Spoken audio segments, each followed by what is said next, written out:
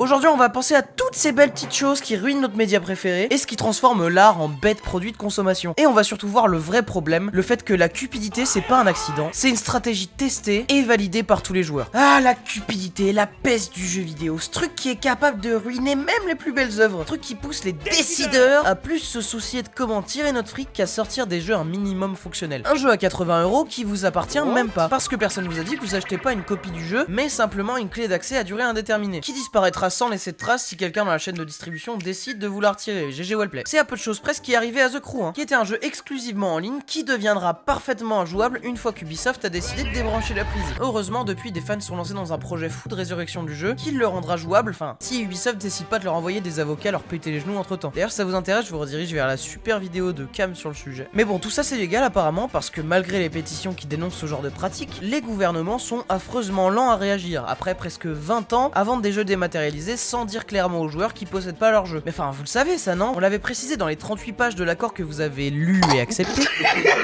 Ils ont d'ailleurs pas l'air non plus de se soucier des anti-cheats qui fonctionnent comme des virus en scannant en permanence l'entièreté de votre PC et qui sont presque impossibles à désinstaller, hein, Vanguard. Mais qui jure ne pas revendre vos données. Vous inquiétez pas, c'est vraiment pour votre sécurité et pour le gouvernement chinois. Où on peut parler des précommandes qui sont une des meilleures blagues de ces dernières décennies. Précommander un jeu dématérialisé qui sera de toute façon jamais en rupture de stock, comme ça vous avez le droit d'y accéder 3 jours en avance et de servir de bêta-testeur gratuit parce que visiblement le budget testeur est devenu optionnel pour que de toute façon le jeu soit injouable à la sortie. Avec un peu de chance, le jeu que vous avez payé 80€ en 2025 sera jouable en 2028 sur votre super RTX 8090 si l'éditeur a pas carrément décidé de fermer le studio qu'il a poussé au crunch pendant des années et forcé à sortir un jeu pas prêt. Achetez plutôt ce super pack de crédit pour progresser plus vite dans ce jeu que vous avez déjà payé plein tarif. Comme ça vous serez les rois du champ de bataille face aux joueurs qui ont juste acheté le jeu. Ou peut-être que vous préférez payer des lootbox pour soutenir les développeurs qui continueront à pas toucher une thune de toute façon. C'est génial, non? Initier une génération de gosses au jeu d'argent en sortant des casinos en ligne déguisés en jeux vidéo. Alors que de toute façon l'année prochaine tout repart à zéro parce qu'on vous vend une mise à jour statistique à 80€ et qu'on met un chiffre différent dessus, hein, FIFA. Non, ce qui est super, c'est quand un jeu sort amputé d'une partie de son contenu pour être vendu en DLC le jour de sa sortie. Les temps ont vraiment changé parce que il y a une époque c'était inimaginable de payer un abonnement pour jouer en ligne, surtout pour du peer-to-peer, alors qu'on paye déjà une connexion internet. Et aujourd'hui c'est devenu normal. Nintendo, sérieux, quelle évolution! 500 balles la Switch 2, hein, on le rappelle, 500 balles. À ce prix-là, on espérerait presque une nouvelle console au lieu de juste avoir une Switch Pro avec un 2 à la place. Et ils ont trouvé un moyen de vous faire payer un abonnement pour un chat vocal, en plus de vous faire déjà payer pour jouer en ligne. Deux choses qui, je le rappelle, sont gratuites sur PC, hein, au cas où. Je sais pas ce qu'ils ont compris, mais on dirait vraiment qu'ils ont trouvé un bug dans la matrice. Sortir des jeux qui seraient à peine corrects s'ils étaient sortis il y a 7 ans, les vendent toujours plus cher et en vendent toujours plus. Et c'est pas que le jeu vidéo, hein. Netflix vous fait payer un abonnement et ils vous foutent quand même des pubs. Et ils vont bientôt incorporer des placements de produits adaptables par IA pour être ciblés sur vous. En plus de bien sûr collecter vos données comme tout le monde. Mais rassurez-vous, c'est pour optimiser votre expérience. Tout ça perso, ça m'en fout. Et il y a un constat que j'ai fait ces derniers temps. Toutes les grosses entreprises qui vendent des services ont fini par se rendre compte que, à part quelques gueulantes et tentatives de boycott sur les réseaux, le consommateur fera rarement plus que se plaindre. Et même mieux, esclave du confort, il va continuer de payer, continuer de consommer et s'habituer à l'arnaque en cours jusqu'à la prochaine, et ainsi de suite. Toutes ces corpos vous prennent pour un idiot. Ils pensent que vous êtes un imbécile incapable de réfléchir par lui-même et de prendre des décisions qui vont à l'encontre de son confort. Ils savent que vous êtes incapable de rien d'autre que vous plaindre. Et que de nos jours, l'indignation n'existe pas au-delà d'une semaine. Et n'osez pas compter sur votre gouvernement pour aller à l'encontre de ces pratiques. Parce que de 1, certains de ces gens sont au-dessus des lois apparemment, et de 2, parce que l'économie avance toujours plus vite que la régulation. Alors rappelez-vous que votre première arme c'est votre temps et votre argent. Choisissez bien à qui vous le donnez pour soutenir ce en quoi vous croyez. Et si ça marche pas, il vous restera deux options. Premièrement, mettre un like et s'abonner à cette super chaîne YouTube. Ou deuxièmement, prendre nos torches, nos fourches, nos pattes cloutées